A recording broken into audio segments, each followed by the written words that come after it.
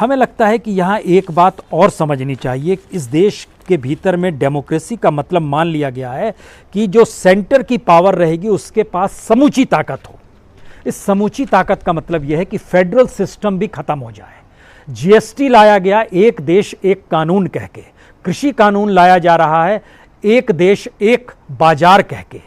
इस देश के भीतर में बार बार शोर उठता है कि एक देश एक टैक्स, एक देश एक बाजार, एक देश एक जांच एजेंसी सीबीआई ही रहे, एक देश एक कानून। सुप्रीम कोर्ट अपने तरीके से काम करे और सुप्रीम कोर्ट पर दबाव किसका काम करेगा, अब ये बताने की जरूरत बार बार होती नहीं है। इसका जिक्र बहुत साफ तौर पर जनवरी 2018 में सुप्रीम कोर्ट के 4 जस्टिस कर चुके हैं।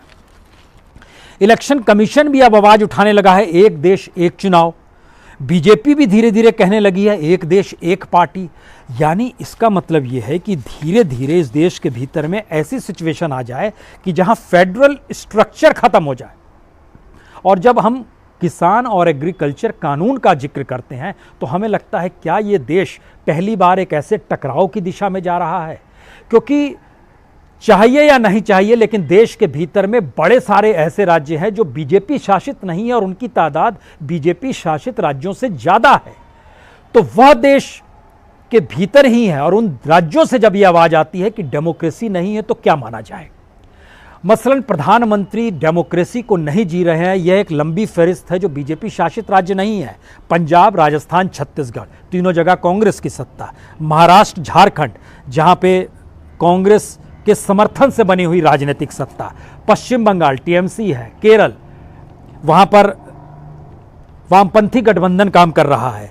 तेलंगाना हो, आंध्र प्रदेश हो, तमिलनाडु हो, इन तमाम जगहों पर डेमोक्रेसी को लेकर एक अगर सवाल है तो क्या यह माना जाए कि डेमोक्रेसी की परिभाषा जो दिल्ली में कही जाती है और डेमोक्रेसी की परिभाषा दूसरे राज्यों में कही जाती है वह अलग अलग है। स्थिति तो यह भी आ गई कि सेंट्रल एजेंसी के जरिए भेजी जा रही जो भी तारीख है या जो भी नोटिस है उसको भी अब स्टेट इग्नोर करने लगे हैं। तो इसके मतलब क्या है? इसका मतलब बहुत साफ है।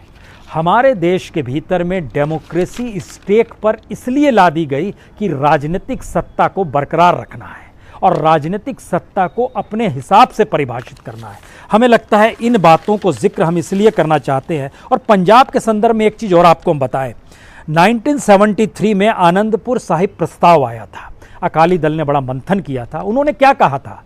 आनंदपुर प्रस्ताव को अगर आप देखिएगा तो उन्होंने कहा था कि सेंटर के हाथ में सिर्फ 5 चीजें रहनी चाहिए: डिफेंस, फॉरेन, कम्युनिकेशन, संचार, रेलवे और करेंसी यानी मुद्रा। ये 5 चीजें रहनी चाहिए, बाकी स्टेट का पावर होना चाहिए।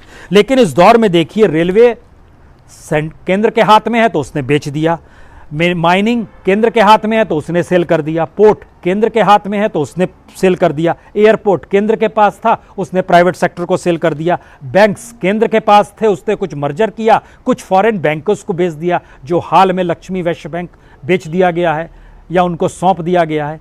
उसके बाद आई है यूनिवर्सिटीज़ को भी प्राइवेट सेक्टर में दे दिया गया, हेल्थ सेक्टर प्राइवेट सेक्टर में दे दिया गया। और इस लिहाज से देखिए तो कम्युनिकेशन भी चला गया प्राइवेट सेक्टर के हाथ में। सबसे बड़ी कंपनी के तौर पर जियो निकल कर आ रही है, इससे इनकार कतई नहीं है।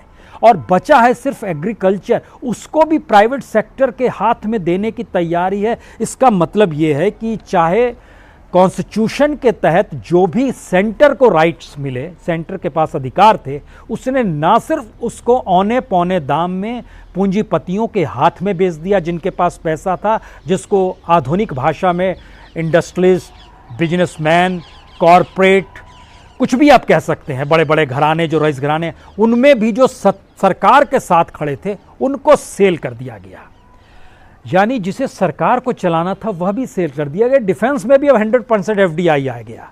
एफडीआई का मतलब ये कतई नहीं है कि हम बाहर से पूंजी ले आएंगे और उसको अपने जरिए बनाएंगे, जी नहीं। किसी ने भी आपको कोई टेक्नोलॉजी नहीं दी है डिफेंस के क्षेत्र में, और वो कैसे प्रभावित होगा ये दुनिया के बहुत सारे देशों में जहां जहां 100% एफडीआई के जरिए डिफेंस डेवलप है, उस स्टेट के गवर्नेंस को देखकर समझा जा सकता है। रशिया एक बेहतरीन उदाहरण है, पुतिन उसके एक बेहतरीन उदाहरण है, इससे कतई इनकार नहीं है। चाइना एक बेहतरीन उदाहरण है, लेकिन चाइना में 1 पार्टी सिस्टम है। भारत में वन पार्टी सिस्टम नहीं है, लेकिन चाहते हैं कि वन पार्टी सिस्टम हो जाए। चाहने से देश नहीं चलेगा। यानी इस देश में वेलफेयर स्टेट की फिलॉसफी खत्म हो जाए, इस देश में हमको सब्सिडी ना देनी पड़े, इस देश के भीतर में गवर्नमेंट का काम सिर्फ निगरानी रखना हो कि हम निगरानी रखेंगे सब कोई ठीक तरह से काम कर पा रहा है या नहीं कर पा रहा है। यानी हमको कट मिलेगा, हमको टैक्स मिलेगा और उसके जरिए हम अपनी गवर्नेंस को जिंदा रखेंगे और राजनीतिक सत्ता का खूब उपभोग करेंगे। यही स्थिति है गवर्नेंस की तत्काल में।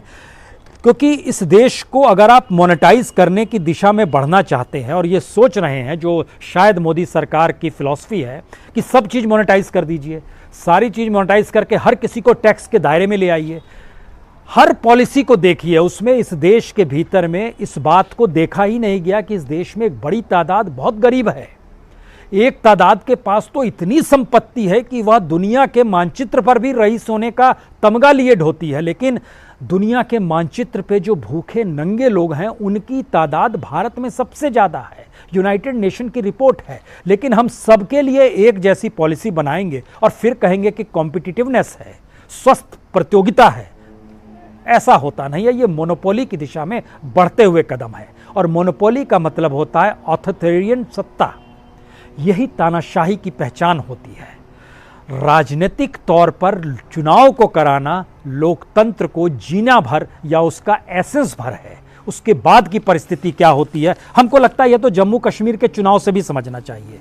जम्मू कश्मीर चुनाव इसलिए बड़ा महत्वपूर्ण है क्योंकि जम्मू कश्मीर के चुनाव में जितनी जगहों पर बीजेपी को जीत मिली, उतनी जगहों पर बीजेपी को जितने वोट मिले, अगर आप उसे भी देखना शुरू करेंगे तो और 2015 के चुनाव, 2019 के चुनाव, 2015 जो विधानसभा के चुनाव जम्मू कश्मीर में हुए थे और 2019 के जो लोकसभा के चुनाव हुए थे, जिन 5-6 जगहों पर बीजेपी को जीत मिली है, वहाँ पर परसेंटेज ऑफ वोट बीजेपी के इन दो चुनाव की स्थिति में कम हो गया है। बीजेपी 2014 में भी यहाँ पर लोकसभा चुनाव जीत कर आई थी, जिन जगहों पर जीत मिली है, विधानसभा भी जीता था उसने। फिर ऐसा क्या है कि इस बार वोटिंग परसेंटेज उनका कम हो गया, लेकिन प्रोपेगेंडा करने अगर आपके साथ मीडिया जुड़ा हुआ है तो आप प्रोपेगेंडा कर सकते हैं और प्रोपेगेंडा करने की परिस्थिति में आप ये नहीं जान पाएंगे कि दरअसल क्या सही है क्या गलत है। हम इस बात का जिक्र इसलिए भी करना चाहते हैं क्योंकि भारत मौजूदा वक्त में शायद सबसे अलग स्थिति ना कहिए, सबसे निचली स्थिति में आकर खड़ा हुआ है। भारत का जो ह्यूमन डेवलपमेंट इंडेक्स है वह 130 देशों में, भारत 189 देशों में 131वें नंबर पर है। भारत की स्थिति ये है। जो ह्यूमन फ्रीडम इंडेक्स है भारत का, वह 162 देशों में 142वें नंबर पर है। वर्ल्ड प्रेस फ्रीडम जो है वह 142वें नंबर पर है 180 देशों में। आप कहेंगे पहले क्या था? अटल बिहारी वाजपेयी के दौर को अगर आप लेते हैं, एक बेसिक लाइन खींचते हैं 2003-4 की, ह्यूमन फ्रीडम इंडेक्स भारत में उस समय 102 नंबर पर था, आज 142 नंबर पर है। वर्ल्ड प्रेस फ्रीडम उस समय 120 नंबर पर था, आज 142 नंबर पर है। सवाल है इस देश के भीतर में अगर आपने कुछ डेवलप किया ही नहीं है तो स्थिति कैसे नाजुक होगी, यह अनएम्प्लॉयमेंट रेट से भी समझा जा सकता है। भारत में अनएम्प्लॉयमेंट आज की तारीख में सबसे ज़्यादा है। 2020-21 के अगर पहले दो क्वार्टर को देखिएगा तो फर्स्ट क्वार्टर में तो लगभग 18.9% था, सेकंड क्वार्टर में 7.3% था। रेशियो निकलेगा लगभग 13%। इससे पहले देखिएगा तो 2004-5 में 2.3% था, लगभग 4-5% रहा है, इतना ज़्यादा कभी नहीं रहा है। अब इसके बाद वह परिस्थिति में आइए तो क्या ये मान लिया जाए कि कॉरपोरेट को इस देश के भीतर में जितना इंडस्ट्रियलिस्टों से कमाना था या इंडस्ट्री से डेवलप होना था वह हो गया। अब नज़र उसकी एग्रीकल्चर पर है, अब उसकी नज़र उन स्टेट्स पर है जो अंडर डेवलप हैं। उसमें बिहार है, उसमें झारखंड है, उसमें पश्चिम बंगाल है, उसमें उड़ीसा है, उसमें मध्य प्रदेश का एक बड़ा हिस्सा है। क्योंकि यहाँ की ज़मीन को भी मोनेटाइज करना है, यहाँ के माइनिंग को भी अपनी हाथ में लेना है और उसके ज़रिए उस कच्चे माल को अंतर्राष्ट्रीय बाजार में बेचना भी है। आपको जानकर यह हैरत होगी कि जब हम डेमोक्रेसी का किसी देश के बारे में बात करते हैं तो वह देश अपनी संपत्ति को अपने लिए जीता है, लेकिन भारत ऐसा देश है जहां पर यहाँ के खनिज संसाधनों की लूट अंतर्राष्ट्रीय स्तर पर होती है। बेल्लारी से लेकर झारखंड तक के इलाकों में इस देश के भीतर में बीते 6 बरस में कितने लाख करोड़ रुपए के कच्चे माल को बाहर भेज दिया गया और बड़े बड़े कॉरपोरेट के जरिए बेचा गया और उनका नेटवर्थ बढ़ता चला गया। यह डेमोक्रेसी किस तरीके की है? इस डेमोक्रेसी को जीतने की परिस्थिति में, चाहे आप गुजरात में चुनाव जीत रहे हो, उत्तर प्रदेश में चुनाव जीत रहे हो, अब पश्चिम बंगाल में भी जीतना चाहते हो, तो जहां पर आपने चुनाव जीता है वहां की पर कैपिटा इनकम, वहां पर रोजगार की परिस्थितियां, वहां की इंडस्ट्रीज की परिस्थितियां, वहां की क्या बेहतर हो गई? इसका मतलब ये है कि 1947 के सफ़र से चलकर 2014 तक का सफ़र इस देश के भीतर में, लोकतंत्र के भीतर में एक जनता के साथ सरोकार को बनाए हुए था। मौजूदा वक्त में जब हमने चुनाव को महत्वपूर्ण मान लिया है, तो चुनाव जीतना अगर महत्वपूर्ण है तो चुनाव जीतने की टेक्नोलॉजी को डेवलप करना कितना मुश्किल होगा। क्या यह भी कर लिया गया है जिसका जिक्र बार बार ईवीएम के जरिए होता है? ईवीएम के जरिए चुनाव अगर जीता जाता होता तो क्या इस देश के भीतर में विरोध और विद्रोह ना हो जाता? यह सवाल आप पूछ सकते हैं।